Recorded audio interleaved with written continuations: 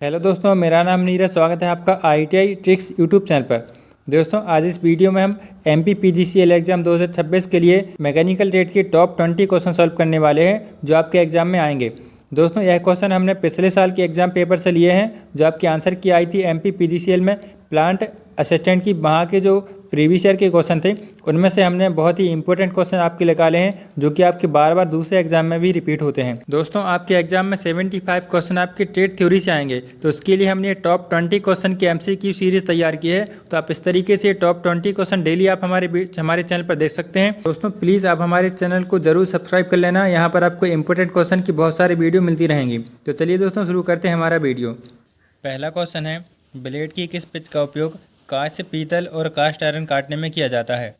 Option A है 0.80 mm, option B है 1.8 mm, option C है 1.4 mm, ऑप्शन डी है 1.80 mm। दोस्तों, यहाँ पर आपको ब्लेड की पिच से संबंधित एक सवाल पूछा गया है।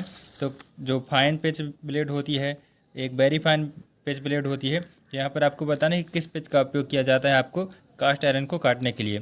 तो दोस्तों, आप इसका आंसर जानते होंगे। 1.80 mm का जो पिच रहता है उसका हम करते हैं कास्ट आयरन को काटने के लिए यूज। तो इसका हमारा पहले क्वेश्चन का ऑप्शन डी राइट हो जाएगा। नेक्स्ट क्वेश्चन देखते हैं, यदि छेनी का क्लियरेंस कोण बहुत अधिक होता है तो क्या होता है? दोस्तों, अगर क्लियरेंस कोण अगर हम ज़्यादा रख देते हैं तो क्या होगा, सतह पर गड्ढा हो जाता है। जैसे कि हम कोई जॉब पर हमको छेनी लगाएंगे और हथौड़े से मारेंगे तो वह उसमें धंस जाएगी।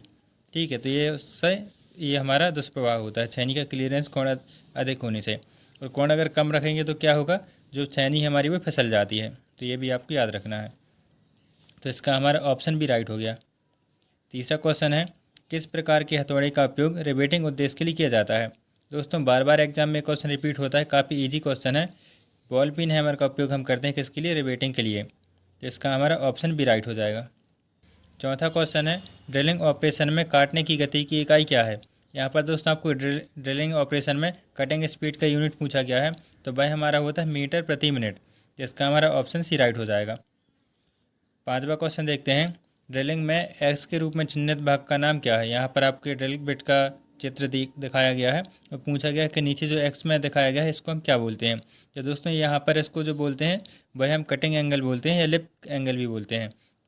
तो यहाँ पर वैसा ऑप्शन तो नहीं है कि लिप वाला एंगल है, तो इसका हम ऑप्शन लिप लगा सकते हैं कि इसका जो एक्स के रूप में चिन्हित है वह लिप कहलाएगा। तो इसका हमारा ऑप्शन ए राइट हो जाएगा।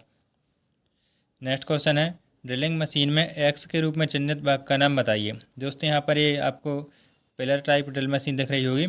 यहाँ पर आपको जो दिख रहा है तीर का निशान दिखाया गया है, यहाँ पर इसको क्या बोलते हैं? तो जो हमारी ड्रिल बिट जहाँ पर फंसाई जाती है उसको हम क्या बोलते हैं? ड्रिल चक बोलते हैं। तो इसका हमारा ऑप्शन ए राइट हो जाएगा। सातवां क्वेश्चन है, थ्रेड का माइनर व्यास क्या है? तो थ्रेड का माइनर व्यास निकालने के लिए एक फार्मूला होता है, वह होता है माइनर व्यास बराबर मेजर व्यास -2 इंटू गहराई। अगर हम उसके मेजर व्यास में से गहराई का दोगुना घटा देते हैं तो हमें थ्रेड का माइनर व्यास पता चल जाता है। तो इसका हमारा ऑप्शन डी राइट हो जाएगा। आठवां क्वेश्चन है, एक्स के रूप में चिन्हित भाग का नाम बताइए। यहाँ पर आपको माइक्रोमीटर का चित्र दिखाया गया है और पूछा गया है कि इसको क्या बोलते हैं। तो यहाँ पर जो आप देख सकते हैं इसको हम कहाँ से अपने अंगूठे से यूज़ करते हैं घुमा घुमा के, तो इसके लिए इसका नाम रखा गया है थिम्बल। तो इसका हमारा ऑप्शन सी राइट हो जाएगा। अगला क्वेश्चन है, 50 से 75 mm के आउटसाइड माइक्रोमीटर की रीडिंग क्या है? यहाँ पर आपको माइक्रोमीटर का चित्र दिखाया गया है और आपको बताना है कि इसकी रीडिंग कितनी होगी। दोस्तों, पढ़ सकते हैं आप सभी। यहाँ पर 0 से लेके ये 5 तक आया है, फिर 10 तक आया है। तो आपको ये गलती नहीं करना है। यहाँ पर आपको जो है 50 से 75 के बीच में ये आपको दिया गया उसकी रेंज। तो जितना भी रीडिंग आएगी उसको आप 50 में ऐड कर देंगे तो आपका सही राइट आंसर आ जाएगा। तो यहाँ पर देख सकते हैं 50 ही लिखा हुआ है, आगे और लाइन बढ़ती जा रही है। 10 लिखा हुआ है, सॉरी। 10 के बाद एक लाइन है, 2 लाइन है, 3 लाइन है। तो ये 13 तो यहाँ पर ये हो गया और एक नीचे छोटी लाइन और दिख रही है। तो भाई हमारा कितना 13.5 तो यहाँ पर ये हो गया। और जो थिम्बल डिवीज़न है भाई आप देख सकते हैं 10 है यहाँ, 10 के बाद 11, 12, 13। तो ये 13 वाली लाइन ये मिल रही। तो हम इन सबको ऐड करेंगे तो हमारा कितना आ जाएगा? 63.63 आ जाएगा। 63.63 इसका राइट आंसर हो जाएगा, ऑप्शन ए। चलिए नेक्स्ट क्वेश्चन देखते हैं, एक्स के रूप में चिन्हित भाग का नाम क्या है? यहाँ पर आपको ये बर्नियर हाइट गेज का चित्र दिखाया गया है और पूछा गया है कि इसको क्या बोलते हैं। तो ये जो हमारे ऊपर स्लाइड दी है इसको हम बोलते हैं फाइन एडजस्टमेंट स्लाइड। तो इसका हमारा ऑप्शन डी राइट हो जाएगा। 11वां क्वेश्चन है, इस 22 का नाम क्या है। दोस्तों यहाँ पर आपको ये 22 का चित्र दिखाया गया है और पूछा गया इसका क्या नाम है। तो जनरली आप देखेंगे इसको नॉर्मली तो ये हमारा बेंच बाई जैसे दिख रहा है, लेकिन जो हैंडल के पास में आप देख सकते हैं कि लीवर लगा हुआ है छोटा सा, इसको हम क्या बोलते हैं, क्विक रिलीज लीवर बोलते हैं। तो इसका क्या फ़ायदा होता है, जो 22 होती है हमारी, जब हमें इसको आसानी से जल्दी से खोलना रहता है, जल्दी से बंद करना रहता है, तो हम इसका उपयोग करते हैं। तो ये हमारा होता है क्विक रिलीज बेंच 22। तो इसका हमारा ऑप्शन डी राइट हो जाएगा। 12वां क्वेश्चन है, एक्स के रूप में चिन्हित भाग का नाम बताइए। दोस्तों ये आपको हैंड फाइल का इमेज दिखाया गया है और पूछा गया है कि इसको क्या बोलते हैं। तो ये हमारा होता है सेफ एज होता है, यहाँ पर आपके दांतें नहीं कटे रहते हैं, तो इसको हम सेफ एज बोलते हैं। तो इसका हमारा ऑप्शन डी राइट हो जाएगा। नेक्स्ट क्वेश्चन है, इस ऑपरेशन का नाम क्या है।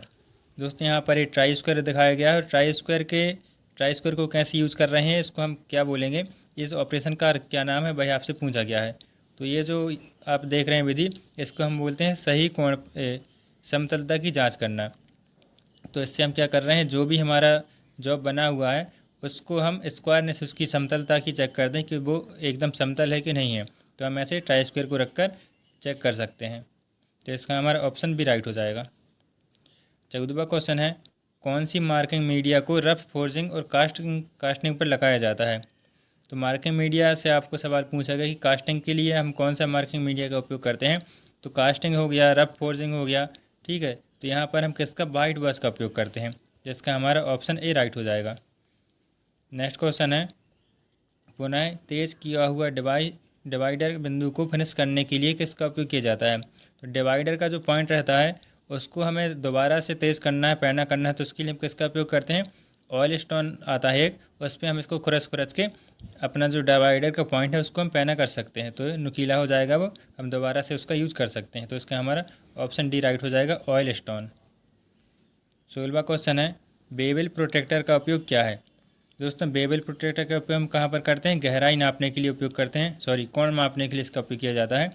एंगल को चेक करने के लिए हम बेवल प्रोटेक्टर का उपयोग करते हैं। तो इसका हमारा ऑप्शन सी राइट हो जाएगा। नेक्स्ट क्वेश्चन है, दिखाई गई फाइल का नाम क्या है। यहाँ पर आपको इमेज दिखा रहा है, ये फाइल है। इस फाइल को हम क्या बोलते हैं, टिंकर फाइल कहलाती है दोस्तों। तो ये आपको याद रखना है, ऑप्शन बी इसका राइट आंसर हो जाएगा। 18वां क्वेश्चन है, खोखली बेलनाकार जब को पकड़ने के लिए किस बाइस का उपयोग किया जाता है। वेरी इंपॉर्टेंट सवाल है दोस्तों, बार बार एग्जाम में रिपीट होता है, अच्छे से आप याद कर लेना इसको। खोखली जो बेलनाकार जब होती है, सिलेंड्रिकल जब होती है, उसको पकड़ने के लिए हम पाइप बाइस का उपयोग करते हैं। तो इसका हमारा ऑप्शन भी राइट हो जाएगा। नेक्स्ट क्वेश्चन है, कंड्यूट पाइप और अन्य पतली ट्यूब को काटने के लिए हेक्सा ब्लेड के किस पिच का उपयोग किया जाता है। तो अभी एक और पिच से संबंधित सवाल आया, तो एक और आ गया। तो जो पतली ट्यूब रहते हैं उनको काटने के लिए, कंड्यूट पाइप को काटने के लिए हम किसका उपयोग करते हैं, 0.8 mm का पिच रहता है, उसका हम उपयोग करते हैं। तो इसका हमारा ऑप्शन ए राइट हो जाएगा। लास्ट क्वेश्चन देखते हैं दोस्तों, विभिन्न प्रोफाइल को काटने के लिए किस धातु काटने वाली सौ का उपयोग किया जाता है। तो जो कंटूर सा होता है उसका हम उपयोग कर सकते हैं विभिन्न प्रकार की प्रोफाइल को काटने के लिए। कोई भी जैसे ड्राइंग दी रही होगी, बस ड्राइंग के अनुसार हमको कटिंग करना है, तो हम किसका उपयोग करेंगे, कंटूर सा का उपयोग करेंगे। तो दोस्तों इस तरीके से हमारे टॉप 20 क्वेश्चन कंप्लीट हो गए हैं। इसका आप आंसर की भी देख सकते हैं। और दोस्तों हमारे चैनल को आप ज़रूर सब्सक्राइब कर लेना, यहाँ पर आपको इसी तरीके के और भी इंपॉर्टेंट सवाल हम सॉल्व कराते रहेंगे। और दोस्तों अगर आपको इसका PDF चाहिए है तो आप हमारे व्हाट्सएप ग्रुप पर ऐड हो सकते हैं, वहाँ पर आपको इसका PDF मिल जाएगा। या तो पर आप हमारे डिस्क्रिप्शन में दिए गए लिंक से इसका PDF डाउनलोड कर सकते हैं, या आप कमेंट में कर देना अपने कमेंट में आप इसका PDF का लिंक से वहाँ से इसको डाउनलोड कर सकते हैं। तो चलिए दोस्तों मिलते हैं अगली वीडियो पर, तब तक के लिए आपका बहुत बहुत धन्यवाद।